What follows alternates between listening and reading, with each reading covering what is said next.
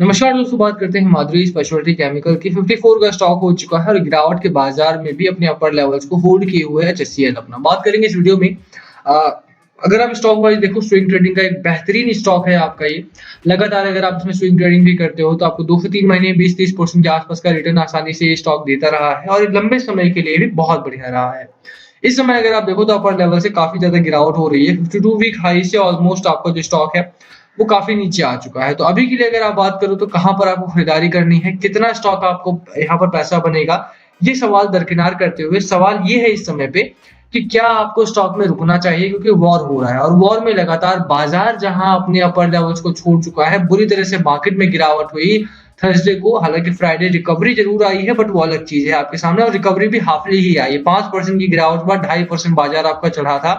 तो क्या आपको ऐसे में एचसीएल के स्टॉक्स को अपने पोर्टफोलियो में रखना चाहिए? छोटा स्टॉक है, कंपनी छोटी है और छोटी कंपनीज की दिक्कतें बड़ी रहती हैं, तो क्या आपको यहाँ पर रुकना चाहिए? एंड बिलीव मी, ये वीडियो आपको पूरा क्लैरिफाई करेगी कि हाँ, ये स्टॉक आपके लिए एक बेहतरीन स्टॉक है और इस समय के लिए तो और अच्छा है। चलिए शुरू करते हैं। टारगेट के साथ यहाँ पे बात करेंगे कुछ इंटरनल खबरों के बारे में और बाजार से संबंधित कुछ खबरों के बारे में। चलिए स्टार्ट करते हैं, बट उससे पहले अगर आप चैनल पे नए हो तो प्लीज चैनल को सब्सक्राइब कर दो and hit the bell icon ताकि आपको नोटिफिकेशन मिल सके। चलिए शुरू करते हैं। फर्स्ट ऑफ ऑल देखो, स्टॉक के तौर पे अगर आप देखो, कंपनी के तौर पे देखो, दोनों ही बहुत बेहतरीन है। कंपनी के तौर पे कंपनी स्पेशलिटी केमिकल में काम करती है, जो डिमांड है हमारी। डोमेस्टिकली अगर आप बात करो, बहुत ज्यादा कंपनीज नहीं है, बड़ी कंपनीज हैं, छोटी कंपनीज को उतना तवज्जो नहीं दी जाती है और शायद यही कारण है कि गवर्नमेंट ऑफ इंडिया ने पीएलआई स्कीम के अंडर कर दिया है इन कंपनीज को भी। स्पेशलिटी केमिकल हो गया, स्पेशलिटी स्टील हो गया, मैनमेड फाइबर हो गया, ये कुछ आपके सेक्टर के अंदर की चीजें हैं जो कि इस समय हमारी नीड है और ये अपकमिंग चीजें हैं हमारे लिए। जो डोमेस्टिक डिमांड तो बढ़ी ही है, जिनकी इंटरनेशनल मार्केट में भी इनकी काफी डिमांड है और शायद यही कारण है कि यहाँ पर पीएलआई स्कीम के थ्रू इसको रिन्यू किया जा रहा है। आप देखो कि आफ्टर बजट अगर आप बात करते हो या बजट से पहले भी लोगों को पता था कि पीएलआई स्कीम के अंडर में रखा जाएगा। जब फेज 1 का रिन्यूअल का पार्ट यहाँ पर निकाला गया, उसके बाद फिर टेक्सटाइल का फेज 2 निकाला गया, उसके बाद ही स्पेशलिटी स्टील और स्पेशलिटी केमिकल के ऊपर बातचीत होना स्टार्ट हुई थी। तो यहाँ से एक अच्छी रैली आई थी। मैंने आपको खरीदारी करने के लिए बोला भी था और अगर आप देखो तो लोअर एंड से यहाँ से स्टॉक आपका बढ़िया अच्छा खासा चला था। 40 रुपए से निकल करके 64 रुपए तक का आपका टारगेट यहाँ पर आसानी से मिल गया था। तो इस समय क्या प्रॉब्लम है? देखो, प्रॉब्लम बाजार की है, आप सभी को पता है, वॉर हो रहा है, पहली प्रॉब्लम। दूसरी इशू है कि ब्रेंड के दाम बढ़े हैं, तेलों का दाम बहुत तेजी से बढ़ा है। एंड थर्ड प्रॉब्लम इज कि तेलों का दाम बढ़ना, एक तो पेट्रोलियम का प्राइस बढ़ाएगा, डीजल का दाम बढ़ेगा, गैस का दाम बढ़ेगा, वो अलग चीज हो जाएगी, बट इन्फ्लेशन भी साथ में बढ़ेगा, हमारा फिस्कल डेफिसिट बढ़ेगा, हमारा जो जीडीपी रेशियो है, जीडीपी है, वो थोड़ी सी डाउनवर्ड जा सकती है। तो प्रॉब्लम वहां पर भी है। तो करना क्या है ऐसे में, और क्या शेयर में भी गिरावट होगी? तो भैया गिरावट होगी, ये आप लिख के रख लो कि यार गिरावट तो मार्केट में हो सकती है, इसमें कोई दो राय नहीं है। इस हफ्ते का क्या सीन बन रहा है आपका? इस हफ्ते में आप देखो, पहले 47-48 रुपीज का आसपास का आपका एक सपोर्ट लेवल है और जहां तक रेंज की बात है, रेजिस्टेंस की बात है, 57 रुपीज का रेजिस्टेंस आपका स्टॉक फेस कर रहा है इस हफ्ते में। ठीक है, दोनों ही लेवल्स आपको देख करके चलने हैं। इस समय लोअर एंड पे अगर आप एंट्री लेते हो मंडे को देखो वोलेटिलिटी बढ़ सकती है थोड़ी सी, तो पैनिक नहीं करना है, बेचने की बहुत जल्दीबाजी नहीं करनी है। लोअर एंड पे आ जाओ तो 48 रुपीज के आसपास का सपोर्ट लेवल आपको देख कर चलना है और अपर साइड पर जैसा मैंने बोला 57 का पहला टारगेट या पहला रेजिस्टेंस है। बेचने के लिए नहीं बोल रहा हूँ मैं बस बता रहा हूँ कि इस हफ्ते में कौन से रेंज आपको वॉच आउट करके चलने हैं। अगर यहाँ से ब्रेकआउट देता है तो 60 तक के लेवल्स भी आपको देखने को मिलेंगे, वो अच्छी बात होगी आपके लिए, बट बेचना तब भी नहीं है। टेक्निकल पैटर्न क्या कहता है आपका, हम टेक्निकल यहाँ पर समझ रहे हैं खाली इस समय पे। ठीक है, लोअर एंड पे आप आ जाते हो तो लोअर एंड पे आपका आरएसआई है 45 पॉइंट्स के आसपास का, मैकडी आपका न्यूट्रल टू बेरिश मोमेंटम है, यानी कि मार्केट जो है, जो एचसीएल है आपका, वो थोड़ा सा बेरिश जोन में बना हुआ है, तो गिरावट की संभावना यहाँ पर पूरी बन रही है, इसीलिए लोअर एंड पे खिसकने के चांसेस बन रहे हैं। अच्छा, अब बाजार में गिरावट हो क्यों रही है अगर आपको नहीं पता है, फिर भी आई थिंक ये आप सभी को पता ही है, और उसके बावजूद थोड़ा सा न्यूज की बात कर लेते हैं। देखो, एचसीएल जैसा मैंने बोला, इंटरनली खबरों की बात जैसे की, तो पीएलआई स्कीम के अंदर में है ये कंपनी, तो लंबे समय के लिए अगर आप इसको रखते हो तो आपको अच्छा खासा मुनाफा मिलेगा, इसमें कोई दो राय नहीं है। दूसरी बात यह है कि भैया देखो, कंपनी छोटी है और जिस तरह की चीजें हमारे यहाँ पर हुई थी, अभी बढ़ना बंद ही हुई थी, अभी चढ़ना बंद हुई थी, रैली अभी स्टार्ट हुई थी इस कंपनी में कि यहाँ पर प्रॉब्लम्स आ गई और यही कारण रहा कि स्टॉक में गिरावट हुई। बट इसका ये मतलब नहीं है कि आपको रिकवरी नहीं मिलेगी, रिकवरी मिलेगी। अगर आपने यहाँ अपर साइड पे बाय किया, 65 पे बाय किया था आपने लेट्स से, और आप यहाँ पर लॉस में हो काफी ज्यादा, 7 रुपए, 8 रुपए, 10 रुपए आप पर शेयर लॉस में हो, तो भी होल्ड करो।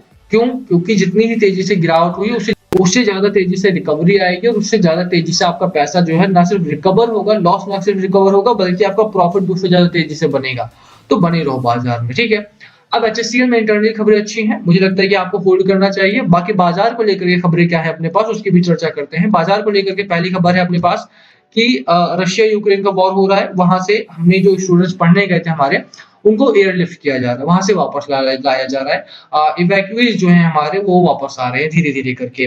बुडापेस्ट वगैरह के जो फ्लाइट लेकर के या जो इंडियन फ्लाइट्स वहाँ पर भेजे गए हैं अलग-अलग कीव में और बुडापेस्ट में, मॉस्को वगैरह में, तो वहाँ से हमारे जो स्टूडेंट पढ़ने गए थे वो वापस आ रहे हैं। ये पहली खबर अच्छी खबर है मुझे लगता है। दूसरी जो नेगेटिव न्यूज़ है हमारे सामने वो ये है कि तेलों का दाम $105 से ऊपर निकल चुका है और आपको पता होना चाहिए कि अगर आपने केमिकल स्टॉक्स में पैसा लगाया है, तो उसमें इनका रोल बढ़ जाता है। ब्रेंट का जो रोल है वो बढ़ता है। ब्रेंट का रोल काफ़ी ज़्यादा होता है उसमें और शायद यही कारण है कि अगर आपका तेलों का दाम बढ़ रहा है, तो इस समय थोड़ा-सा आपको स्टेबिलिटी कम से कम ऐसे स्टॉक्स में देखने को मिल रही है बट फॉर हाउ लॉन्ग? ठीक है, क्योंकि फिर इनका एक्सपेंस बढ़ेगा, छोटी कंपनी का एक्सपेंस बढ़ेगा और एक्सपेंस बढ़ेगा, तो मार्जिन और प्रॉफिट दोनों कम हो जाएगा। इसीलिए थोड़ा-सा आपको ब्रेंट के दामों पर नज़र रखनी चाहिए। $105 पर बैरल के आस-पास आपका तेल पहुँच चुका है, प्रॉब्लम है और ना सिर्फ प्रॉब्लम ये तेलों की है बल्कि ये प्रॉब्लम इन्फ्लेशन की भी है। अगर तेलों का दाम लगातार इसी तरह से बढ़ता रहता है, तो इन्फ्लेशन आपका बढ़ जाएगा। सीपीआई इन्फ्लेशन हो गया, डब्ल्यूपीआई इन्फ्लेशन हो गया। बजट के टाइम पे डब्ल्यूपीआई इन्फ्लेशन वाज़ अराउंड 14% के आस-पास आपका डब्ल्यूपीआई इन्फ्लेशन था। और नीति आयोग ने ऑलरेडी बोला था कि ब्रेंट के दाम में तब ब्रेंट का दाम आपका $90 पर बैरल के आसपास का था, 84 था, उसके बाद 90 हो चुका था और उस 84 था तब नीति आयोग ने बोला था कि अगर 10% इंक्रीज होता है ब्रेंट के दाम में 1% इंक्रीज होगा आपका डब्ल्यूपीआई इन्फ्लेशन में और वहां से $84 से $105 के आसपास आपका पहुंच चुका है तेल, ठीक है ना? तो प्रॉब्लम्स बाजार में है और हमारा जो डब्ल्यूपीआई इन्फ्लेशन है वो भी शूट अप कर रहा है जस्ट लाइक द तेल। तो फोर्थ प्रॉब्लम आपकी इन्फ्लेशन की भी है। थर्ड प्रॉब्लम है रशिया यूक्रेन की। लगातार रशिया बड़ी कंट्री है, यूक्रेन को फटाफट अपना कब्जा-वब्जा कर लेगी, बट वो भी नहीं हो पाए। यूक्रेन बहुत हार्ड टाइम दे रहा है। जितना लॉस इस 4 दिन 5 दिन की वॉर में हुआ है रशिया का मतलब यूक्रेन का, उससे दोगुना नुकसान किया है रशिया का यूक्रेन ने। तो यूक्रेन बहुत हार्ड फाइट दे रहा है रशिया को इस समय पे, ठीक है? तो कहीं न कहीं आपको मान के चलना पड़ेगा कि बाजार में प्रॉब्लम्स जो हैं वो बढ़ चुकी हैं इन दोनों ही कंट्रीज़ के लिए, ना सिर्फ इन दोनों के लिए बल्कि ग्लोबल मार्केट के लिए भी प्रॉब्लम्स हैं आपके सामने।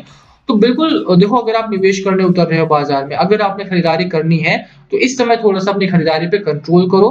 हाँ, अगर आपने ऑलरेडी बाय किया है, एचएससीएल में बाय किया है, मैं बोलूँगा होल्ड करके चलो, बहुत जल्दीबाजी में बिकवाली नहीं करनी है, खरीदारी ना करना है, बिकवाली भी नहीं करनी है, बस होल्ड करो।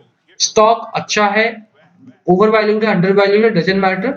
You should hold your position, you should hold your portfolio क्योंकि लंबे समय में आपको यहाँ पर मुनाफा ही होगा। ठीक है? तो खरीदारी ना करने की वही सलाह है, ना ही बेचना है आपको। होल्ड करो अपनी पोजीशन को, एचएससीएल आपको बहुत अच्छी रिकवरी देगा, बहुत बढ़िया प्रॉफिट बनेगा आपका।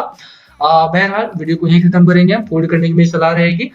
टारगेट की जहाँ तक बात रही, देखो अगर आप इसे लंबा होल्ड करके चलते हो, तो मुझे लगता है कि इस साल में 90 टू 120 के आसपास का टारगेट आपको एचएससीएल में आसानी से मिल जाएगा।